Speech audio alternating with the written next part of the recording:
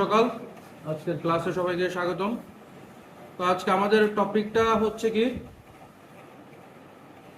মোটরযান কি মোটরযানের শ্রেণী বিভাগ, অর্থাৎ মোটরযান যেহেতু আমরা ড্রাইভিং শিখতে আসছি, ড্রাইভিং শেখার জন্য আমাদেরকে যে জিনিসটা পরিচালনা করতে হবে এটা একটা হচ্ছে মোটরযান থাকবে, এবং এই মোটরযানটা কি এবং মোটরযানগুলোকে কি কি শ্রেণীতে ভাগ করা যায় এটা হচ্ছে আমাদের আজকের ক্লাসের টপিক। মোটরযান কাকে বলে?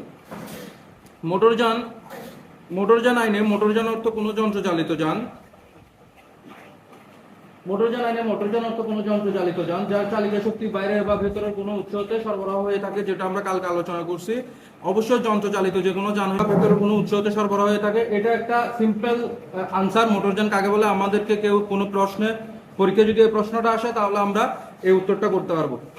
এরপর আমাদের যেটা আসছে এটা হচ্ছে মোটরযান কাকে বলে, এটাও একটা একই রকমের আনসার, কিন্তু এটা হচ্ছে একটু ডিটেলসে, মানে এটা ডিটেলে আলোচনা করা হচ্ছে। যে সড়ক পরিবহন আইন, সড়ক পরিবহনের জন্য একটা আইন করা হয়েছে, একটা হচ্ছে 1954-তে করা হয়েছিল, আরেকটা হচ্ছে 2018-তে করা হয়েছে।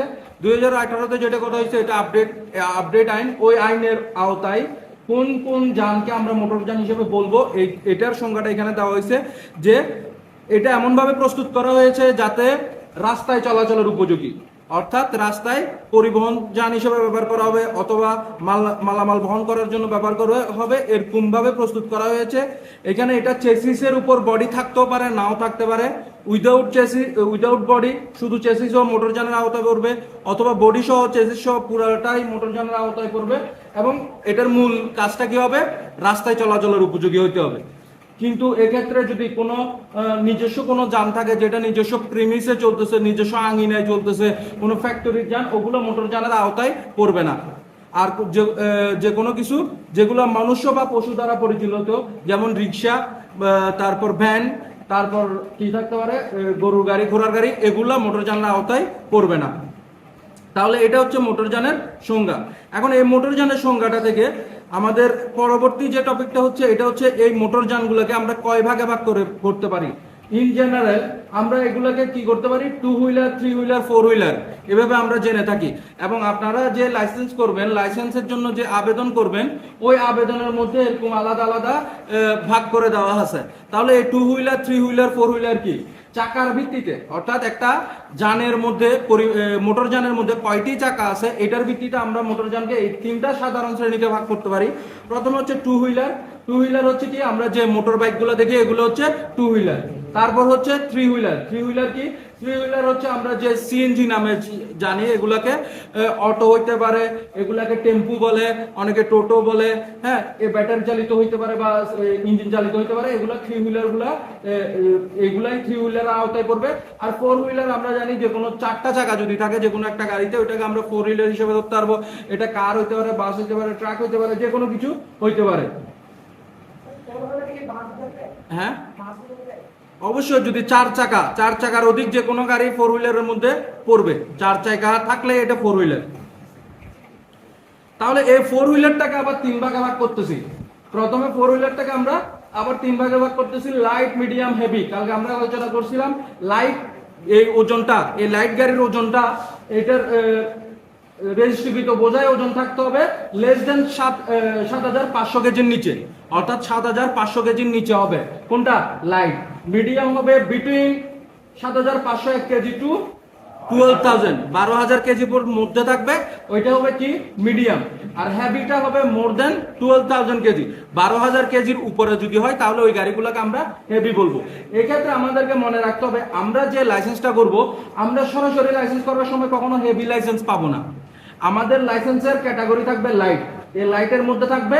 এবং লাইট গাড়ি চালাইতে চালাইতে আস্তে আস্তে যখন আমার অভিজ্ঞতা হবে তখন আমি মিডিয়ামের জন্য আবেদন করতে পারবো। এটা একটা নির্দিষ্ট সময় থাকে। আপনার লাইসেন্সের মেয়াদ যদি 3 থেকে 5 বছরের মধ্যে হয় বা এই ধরনের এক্সপিরিয়েন্স যদি আপনার থাকে তাহলে আপনি মিডিয়ামে যেতে পারেন। মিডিয়াম থেকে আপনি 5 বছরের মধ্যে হেভিতে চলে যেতে পারবেন, অর্থাৎ হেভি গাড়ি চালাইতে পারবেন। আবার এখানে এর আগে যে স্লাইডটা আছে এটাতে আবার এখানেও ক্যাটাগরি আছে, আমি কোন ক্যাটাগরির গাড়ি চালাবো। আমি যদি বাইক দিই তাহলে আমার 2 হুইলারটা চালাতে পারবো, 3 হুইলারের জন্য আলাদা সিলেকশন দিতে হবে, 4 হুইলারের জন্য আলাদা সিলেকশন দিবে। এই 4 হুইলারের মধ্যে আবার 3টা ক্যাটাগরি কোনটা? Heavy, light, medium, heavy. কথাটা কি ক্লিয়ার? এগুলো হচ্ছে আমাদের লাইসেন্স করার সময় আমাদের ক্যাটাগরিগুলো সিলেক্ট করতে হবে। তাই আমাদের ক্যাটাগরিগুলো সম্পর্কে ভালোভাবে জানতে হবে যে আমি কি ধরনের লাইসেন্স করতেছি, আমি কি ধরনের লাইসেন্স করতে যাচ্ছি এবং ওই লাইসেন্স দ্বারা আমি কি ধরনের গাড়ি চালাতে পারবো। এখন এখানে যদি আপনি মনে করেন আপনি 4 হুইলার লাইসেন্স করলেছেন, আপনি কিন্তু 2 হুইলার চালাতে পারবেন না। আবার 2 হুইলার লাইসেন্স করছেন, আপনি 3 হুইলার লাইসেন্স গাড়ি চালাতে পারবেন না। আলাদা আলাদা সিলেকশন আছে, যে লাইসেন্সের জন্য আপনি আবেদন করবেন ওই লাইসেন্সের ওই গাড়ি চালিয়ে পরীক্ষা দিতে হবে। আপনি যদি 4 হুইলার, আপনার লাইসেন্সে থাকবে কি 4 হুইলার লাইট, লাইট 4 হুইলার এভাবে থাকবে। তো লাইট যখন থাকবে, লাইট মানে হচ্ছে 4 হুইলার হিসেবে ধরা হয়। ওইখানে আপনি কি করতে পারবেন না, আপনি 2 হুইলার আর 3 হুইলার চালাতে পারবেন না। যদি 2 হুইলার 3 হুইলার চালাতে হয় ওগুলা সিলেকশনে দিতে হবে এবং ওগুলা পরীক্ষার সময় এগুলা দেখাইতে হবে, এগুলো চালাই ওই পরীক্ষায় বিআরটিএ পরীক্ষায় আপনাকে দেখাতে হবে। এরপর আসেন আমরা যে এগুলো পড়লাম এগুলার একটা সংজ্ঞাগুলো আমরা হালকা মোটরযান কাকে বলে, হালকা মানে হচ্ছে লাইট, মধ্যম বা মাঝারি মোটরযান কাকে বলে, এটা হচ্ছে মিডিয়াম, ভারী মোটরযান কাকে বলে, এটা হচ্ছে হেভি, আর একটা গণপরিবহন কাকে বলে, এটা আলাদা একটা সেকশনে থাকবে। তো হালকা মোটরযান কাকে বলে, হালকা মোটরযান যেটা আমরা বলছিলাম 7500 কিলোগ্রামের অধিক নয়, এটা রেজিস্ট্রিকৃত বোঝাই ওজন বা টেইলরের কম্বিনেশন যা ল্যাডেন ওজন হিসেবে ধরা হয়, ওই ওজনটা 7500 কিলোগ্রামের অধিক হইতে পারবে না।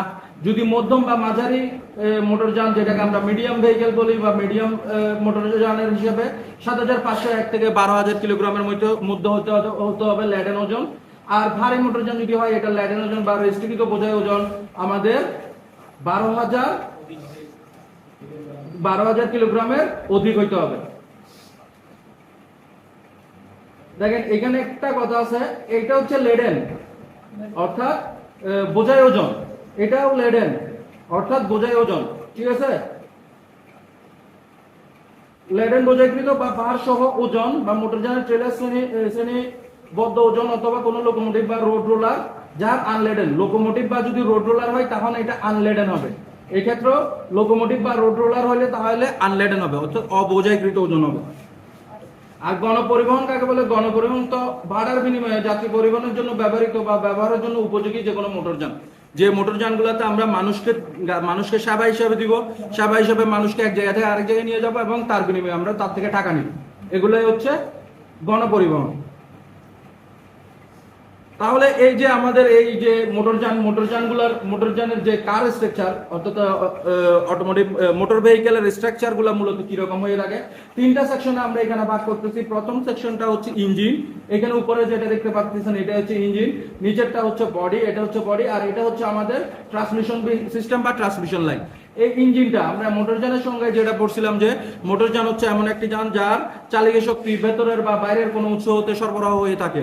এই যে চালিকা শক্তি সরবরাহ করে থাকে এই ইঞ্জিনটা, এই ইঞ্জিন চললে ইঞ্জিন থেকে যে শক্তির উৎপাদন হবে তার মাধ্যমে মোটরযানটা চলবে। আমরা প্রথম ক্লাসে আলোচনা করছিলাম যে মোটরযান চলার অর্থ কি, চাকাগুলো ঘোরার অর্থই হচ্ছে মোটরযানটা চালনা করা।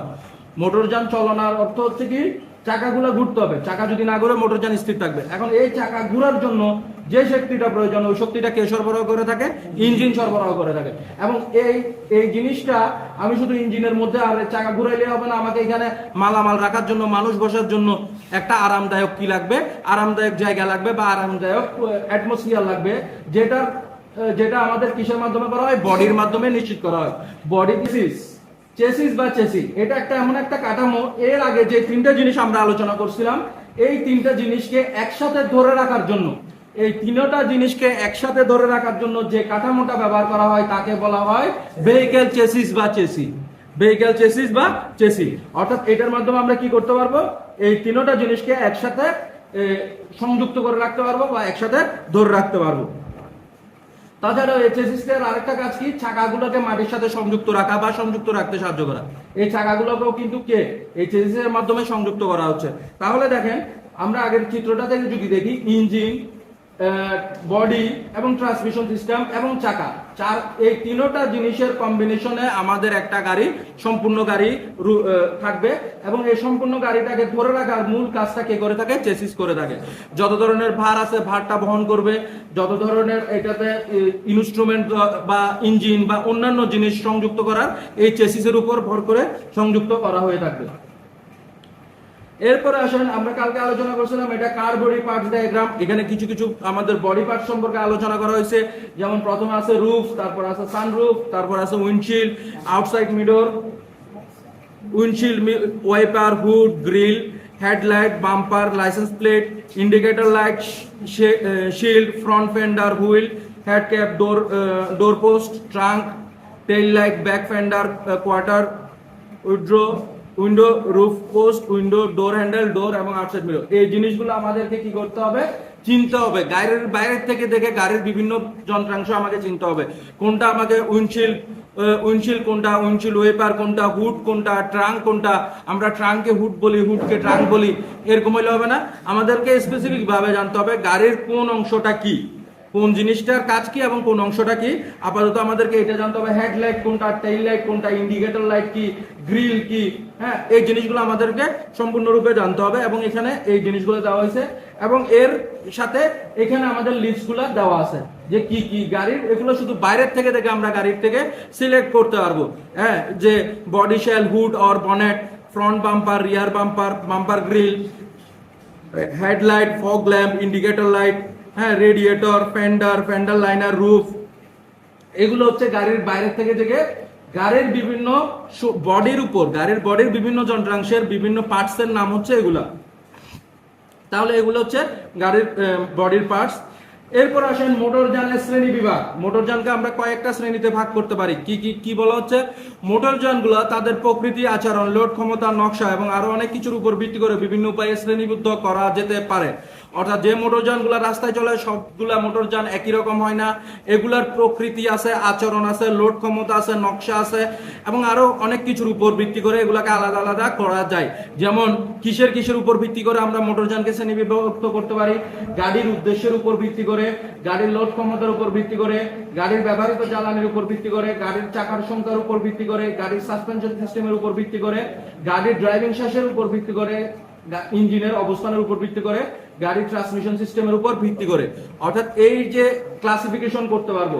মনে করেন এখানে এটা আমরা যদি বলি, এখানে আমাদের এই ক্লাসটাকে আমি অনেকভাবে ক্লাসিফিকেশন করতে পারবো যে এই ক্লাসের ছেলে কয়জন, মেয়ে কয়জন, এই ক্লাসে বাঙালি কয়জন, ক্ষুদ্র নৃগোষ্ঠীর কয়জন, মুসলিম কয়জন, হিন্দু কয়জন, খ্রিস্টান কয়জন, বৌদ্ধ কয়জন। একই ক্লাসকে আমরা বিভিন্ন ক্যাটাগরিতে ভাগ করতে পারতেছি। একই রকম ভাবে গাড়িকেও আমরা কি করতে পারবো? বিভিন্ন ক্যাটাগরিতে ভাগ করতে পারবো। তো এই জি হ্যাঁ বলতেছি, এগুলো আস্তে আস্তে আলোচনা করা হবে। যেমন গাড়ির উদ্দেশ্যের উপর ভিত্তি করে বা লোড ক্ষমতার উপর ভিত্তি করে, এখানে প্রথমে আমাদের যানবাহনের উদ্দেশ্যের উপর ভিত্তি করে এখানে বলা হচ্ছে কি কি যানবাহন। উদাহরণস্বরূপ আমরা বলতে পারি বাস, মিনি বাস, কার ইত্যাদি যাত্রীবাহী ক্যারিয়ারের আওতায় পড়ে। ট্রাক, পিকআপ ভ্যান, ট্রেলার ইত্যাদি পণ্যবাহী গাড়ির আওতায় পড়ে এবং ফায়ার ব্রিগেড, স্কুল বাস, পুলিশের গাড়ি, অ্যাম্বুলেন্স ইত্যাদি বিশেষ ব্যবহারের যানবাহনের আওতায় পড়ে। অর্থাৎ গাড়িটার উদ্দেশ্যটা কি? গাড়িটা কি মালামাল পরিবহন করবে, না মানুষ পরিবহন করবে, না রুগী পরিবহন করবে, না পুলিশ পরিবহন করবে, না আর্মি পরিবহন করবে, এটার উদ্দেশ্যের উপর গাড়িটাকে আমরা বিভিন্ন শ্রেণীতে ভাগ করতে পারি। কিছু বাস আছে, কিছু মিনি বাস আছে, ট্রাক আছে, ট্রাকের উপর আবার বিভিন্ন ধরনের ট্রাক আছে, অ্যাম্বুলেন্স আছে, ফায়ার ব্রিগেডের গাড়ি আছে।